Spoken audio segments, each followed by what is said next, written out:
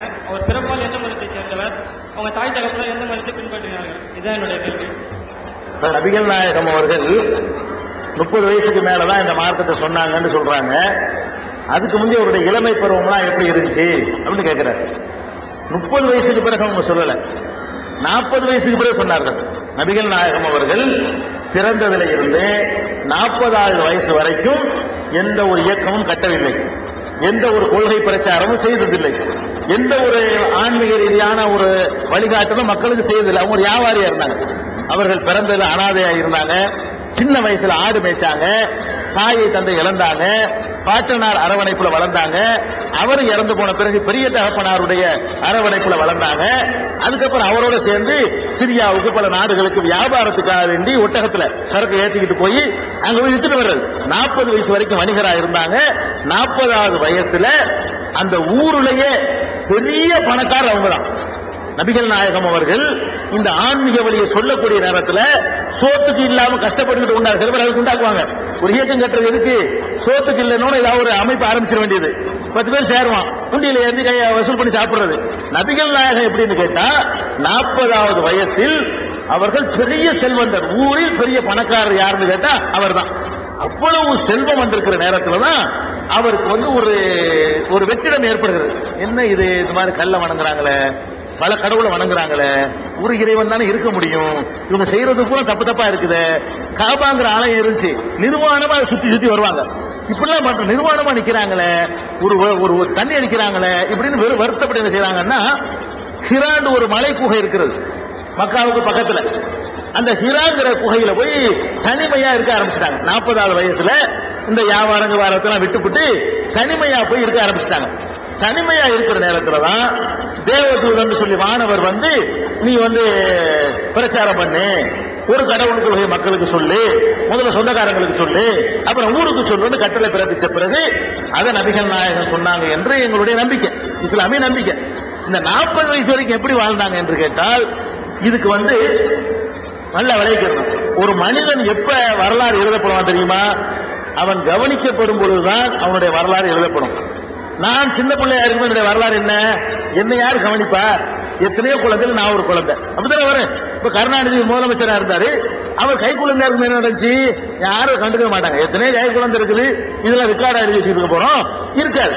அப்ப சிறு குழந்தைகளாக இருக்கும் பொழுது ஒரு புகழ் பெறுவதற்கு முன்னாடி யாரை பத்தி எந்த செய்தி சொன்னாலும் 90 பொய் இருக்கத்தான் செய்யும். இப்ப கருணாநிதியை பத்தி அவர் 3 வயசு பிள்ளை எப்படி செஞ்சாரு, 1 வயசு குழந்தை இருக்கும் இப்ப சேட்டை பண்ணுவாருன்னு சொல்றாங்கன்னு வைங்களேன். அது மாதிரி கதை விட்டாங்கன்னா 90 பொய் இருக்கும், 10 தான் உண்மை இருக்கும். யாரை பத்தி சொன்னாலும் சரி, அது ஜவஹர்லால் நேரு பத்தி சொன்னாலும் சரி, அவர் நேரு ஆன பிறகுதான் உலகம் கவனிக்குது. அதுக்கு முன்னாடி எத்தனையோ பிள்ளை, அவர் ஒரு பிள்ளை, அப்படிதான் இருக்கும். அதனால நபிகள் நாயகத்தை பொறுத்த வரைக்கும் 40வது வயசில் தான் உலகம் அவர்களை கவனிக்குது. அதிலிருந்து தான் அவர்களுடைய வரலாறு ரெக்கார்டு பூர்வமா ஆரம்பமாகுது. பிறப்புல இருந்து 40 வயசு வரைக்கும் உள்ள ரெக்கார்டு ரொம்ப குறைவு தான். அனாதை என்பது ரெக்கார்டு இருக்கிறது, அவர்களே அதை சொன்னதுனால. அவர்கள் வியாபாரி என்பது ரெக்கார்டு இருக்கிறது. 40வது வயசுல இறை தூதர் ஆனாங்கன்னு ரெக்கார்டு இருக்கிறது.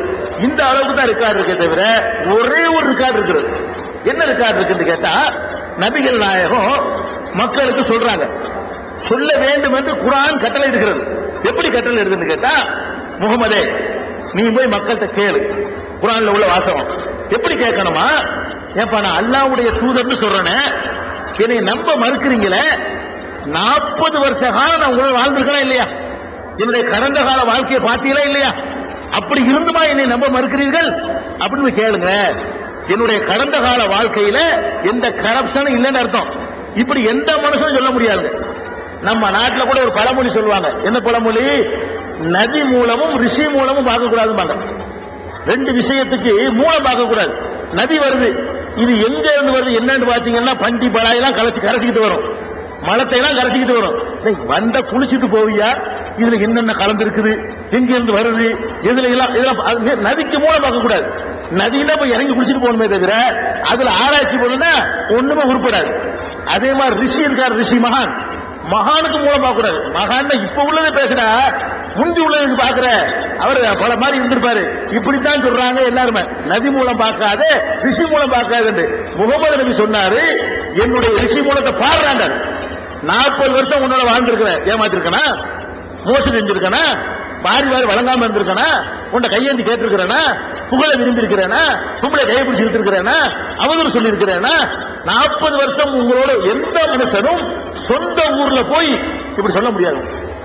உங்க சொந்த ஊர்ல போய், வெளியூர்ல தலைவரா இருப்பீங்க, நீங்க பிறந்த ஊர்ல போய் சொல்லி பாருங்க, நாக்கில பல்லு போட்டு உன்னை தெரியாதாக்குன்றான்ல, நம்ம 2 பேரும் அடிச்ச தண்ணி அடிச்சோன்றான்ல, 2 பேர் இருப்பான்லங்க, நம்ம 2 பேரும் தான் இந்த பூனை சைத்து அடிச்சோன்னு சொல்லுவானா இல்லையா?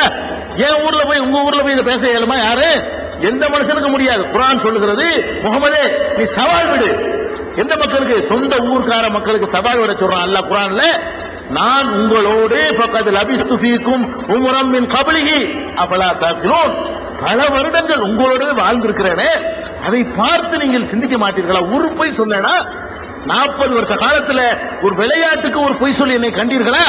நான் எப்படி அல்லாஹ்ட்ட இருந்து செய்தி வருதுன்னு பொய் சொல்லுவேன் என்று கேட்க சொல்றான் அல்லாஹ். அதனால இந்த ஒரு ரெக்கார்டு இருக்குது. அவர் 40 வருஷ வாழ்க்கை அப்பளுக்கு இல்லாத பரிசுத்த வாழ்க்கை. அதுதான் அவருடைய இறைத்தை நம்ப வச்சு. 40 வருஷ வாழ்க்கை தான் அவர் மீது அசைக்க முடியாத நம்பிக்கை அந்த மக்களுக்கு ஏற்படுத்திருச்சு. அதான் இருக்கு.